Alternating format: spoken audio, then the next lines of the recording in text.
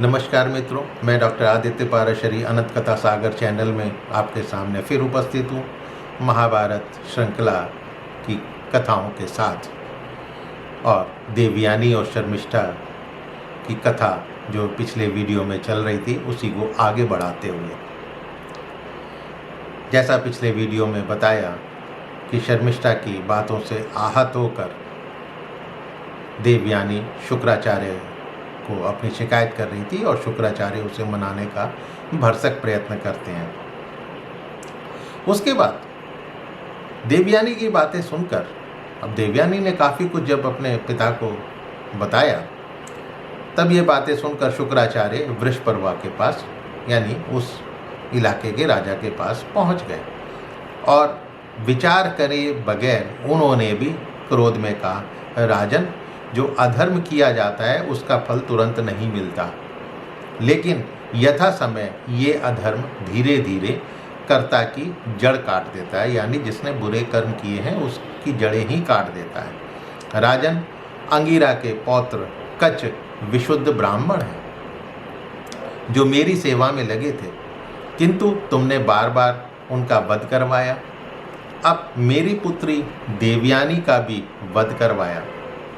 वध करने की इच्छा से ही तुम्हारी बेटी शर्मिष्ठा ने उसे कुएं में ढकेला है। इन दोनों हत्याओं के कारण अब मैं तुम्हारे राज्य में एक पल भी नहीं ठहर सकता।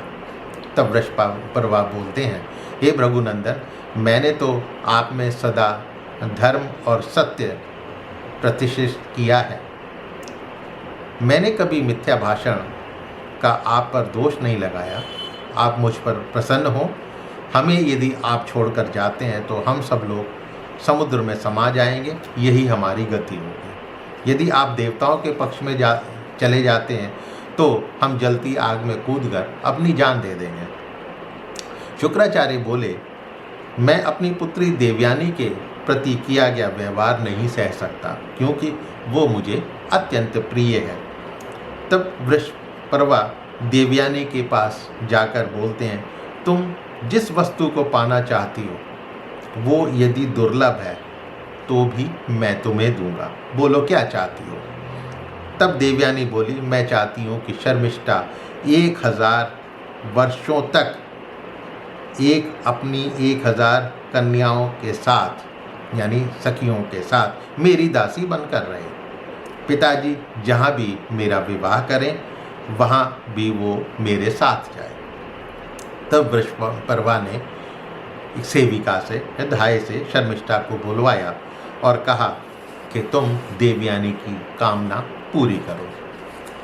कल के हित के लिए, आने वाले कल के हित के लिए एक मनुष्य को त्याग दिया जाता है। गांव के भले के लिए एक कुल को छोड़ दिया जाता है। जनपद के लिए एक गांव की उपेक्षा कर दी जाती है और आत्म कल्याण के लिए सारी पृथ्वी त्याग दी जाती है। ये ऐसा महाभारत में भी कहा गया है।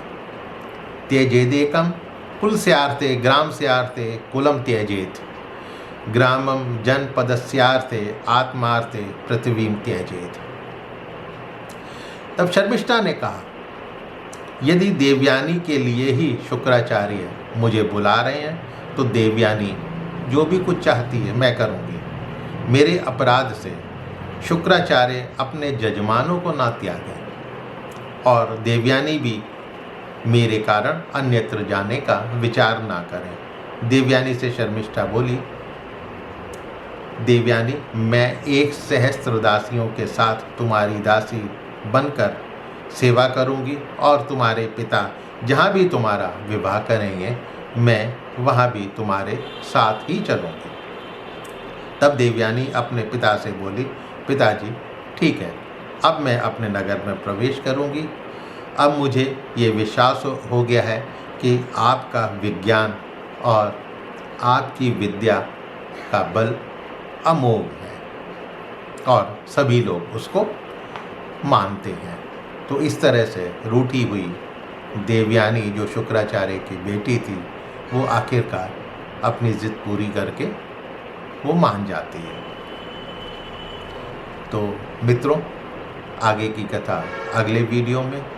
मेरे चैनल को सब्सक्राइब करना मत भूलिएगा, और यदि इसको अपनी आने वाली जनरेशन से शेयर करें तो मुझे अच्छा लगेगा।